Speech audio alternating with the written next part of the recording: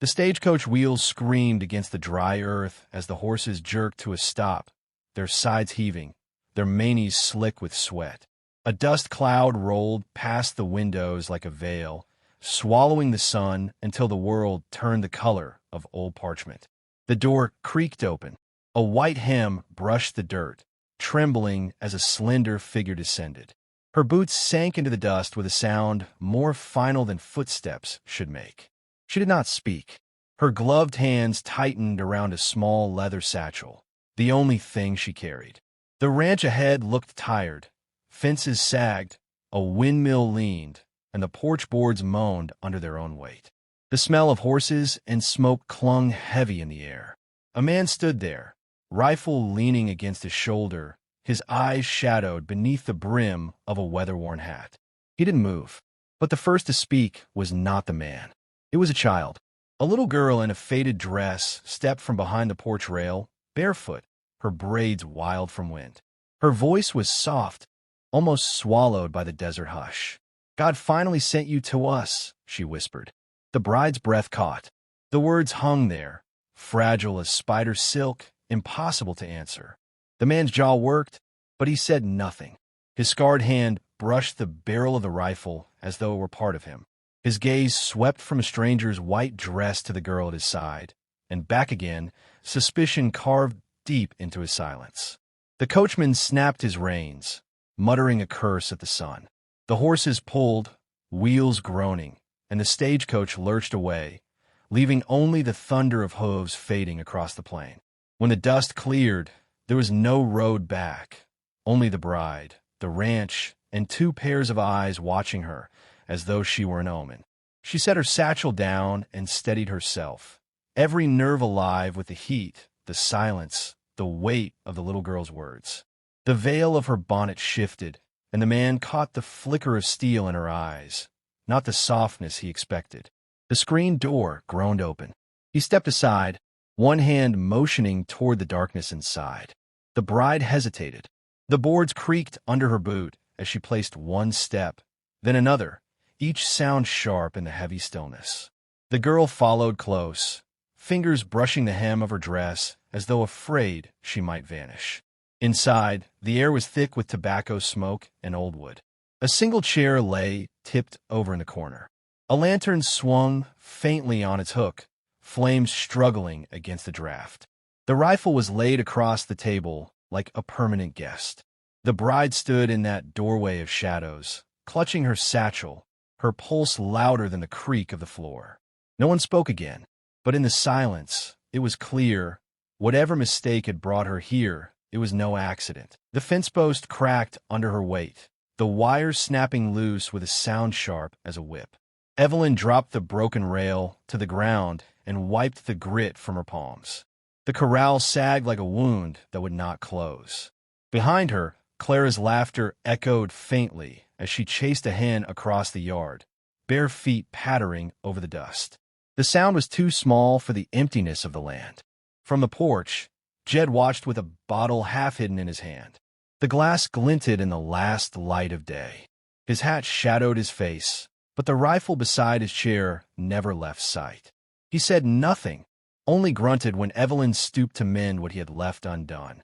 A wind rose from the canyon, hot and restless. It carried whispers, the kind that come from town and ride the plains faster than a horse. Evelyn heard them earlier that morning. Men at the general store speaking low of the Brenner gang, how they rode like locusts and left nothing standing. She had not told Jed, though his silence already carried the weight of knowing. That night, the lantern flickered low in the ranch house. The boards groaned under each step, the old place breathing as though it might collapse in its sleep.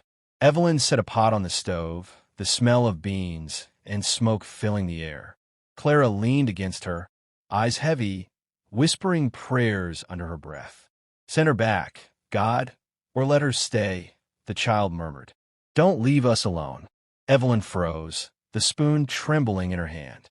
The prayer was not for a stranger. It was for a mother never coming home. Outside, the coyotes howled.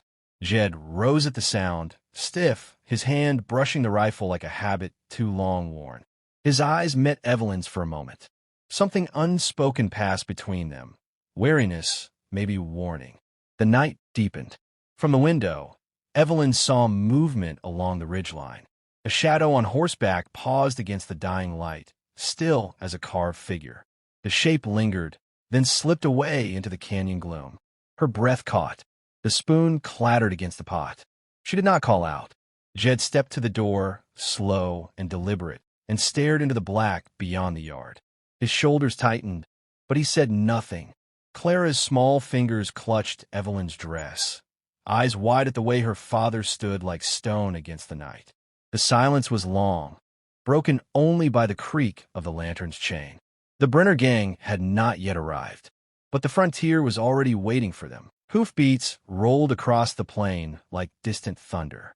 The ground trembled, dishes rattling on the shelf, Clara's breath catching as she clung to the windowsill.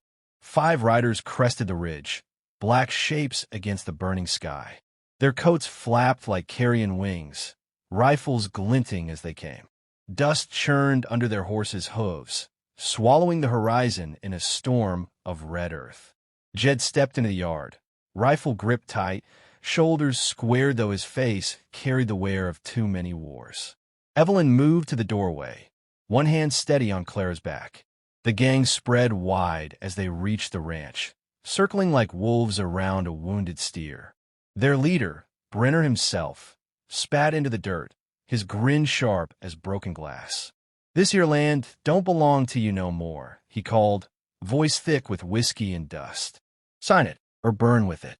Jed lifted his rifle, the barrel shining in the low sun. His silence was answer enough. Laughter broke from the gang, jagged and cruel. One spat, another cocked his revolver. The air stretched thin, waiting for the first spark. Inside, Evelyn's fingers brushed the shotgun above the door. Her chest rose and fell, her eyes narrowing as though remembering a lesson drilled long ago. Clara tugged at her dress, whispering, "Don't go," but Evelyn had already stepped past the threshold. She leveled the shotgun, her hands steady, her voice low and unyielding. "This ranch stands," the riders sneered, until the blast ripped the silence apart. One outlaw pitched from his saddle, dust exploding around him. Horses screamed, rearing against the sudden thunder. Gunfire cracked. Splinters flew from the porch rail. Jed fired back, his shot sharp, deliberate. Another rider fell, clutching his chest, blood soaking the dust.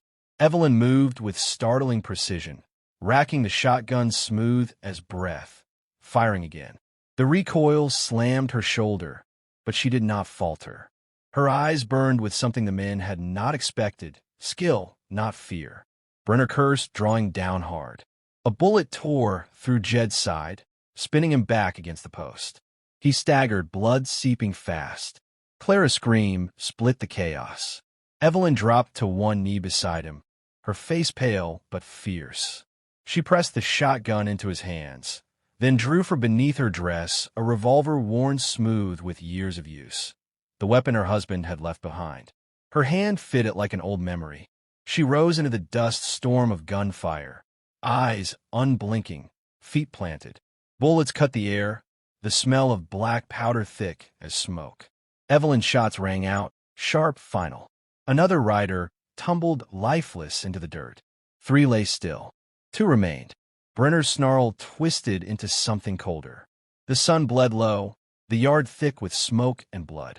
Evelyn stood in the dust, dress torn, revolver steady, her shadow long against the dying light. The fight was not finished, but the frontier had found its defender. Smoke curled from the barrel of her revolver, drifting into the last sliver of sun.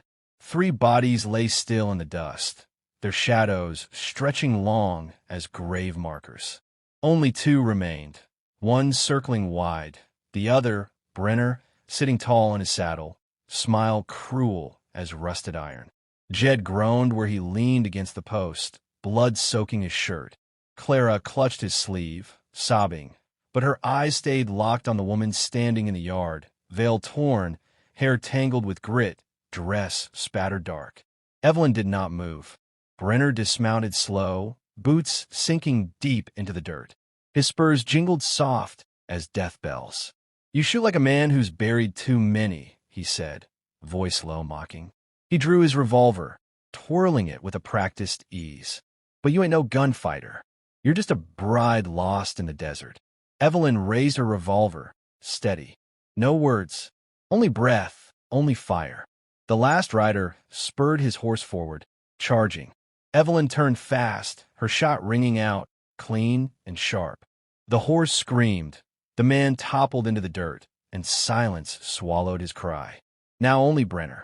He strode closer, eyes hard, lips curling. You don't scare me. I've burned widows out of their homes before. He cocked the hammer, gun aimed at Clara. Evelyn moved before the thought had time to breathe. Her revolver flashed, the report splitting the air. The bullet struck true. Brenner staggered, his grin falling away, dust blooming under his knees. His gun slipped from his hand, clattering useless against the earth. The silence after was heavier than thunder. Brenner toppled face first into the dirt, the desert swallowing his last breath. Smoke hung in the air, drifting slow, as though even the wind bowed to what had been done. Evelyn lowered her revolver, chest heaving, eyes fixed on the horizon as if waiting for another shadow. But none came. Only the sun bleeding red into the canyon. Only the smell of gunpowder and death clinging to the ranch. Clara ran to her, throwing small arms around her waist. I told you, the girl whispered through tears, voice trembling but certain, God sent you to us. Jed's hand, trembling and bloodied, pressed against Evelyn's shoulder.